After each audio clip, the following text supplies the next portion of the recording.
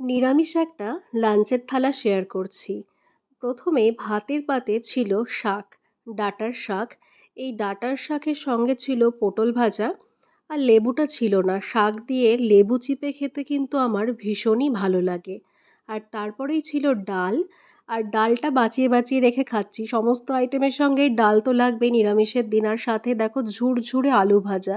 এই আলু ভাজাটা খেতে যে কি অসাধারণ লাগে, এটাকে বাঁচিয়ে রাখবো, লাস্ট পর্যন্ত খাবো। আর ওইদিকে ডাঁটা দিয়ে, আলু দিয়ে, বেগুন দিয়ে, সর্ষে আর সামান্য পোস্ত বাটা দিয়ে একটা চচ্চড়ি। এটা সব বাঙালি বাড়িতেই হয়, হয়তো নিরামিষের দিন। এটা কিন্তু ডালের সঙ্গে অসাধারণ লাগে। আর ডালটা ছিল মিক্সড ভেজ ডাল, আর তার সঙ্গে পনির নবরত্ন। নিরামিষের দিন মানে তো অপশান হিসেবে পনির মাথায় আসবেই। আর পনিরকে খাবারের প্রিপারেশনে রাখতেই হবে। পনির দিয়ে, ক্যাপসিকাম দিয়ে, আলু দিয়ে, গাজর দিয়ে একটা প্রিপারেশন।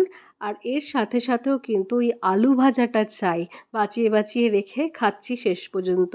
আমের চাটনিটা আমি নেইনি সর্দি লেগেছে জন্য। আর সাথে ছিল টক দই, পুরো জমে গিয়েছে। আমি কিন্তু মাছে ভাতে একদম পিওর বাঙালি। প্রত্যেকদিন খাবার পাতে এক পিস হলেও মাছ আমার চাই কি চাই। কিন্তু সপ্তাহে একটা বা দুটো দিন সব পরিবারেই নিরামিষ থাকে। আমাদের যেমন শনিবারটা নিরামিষ।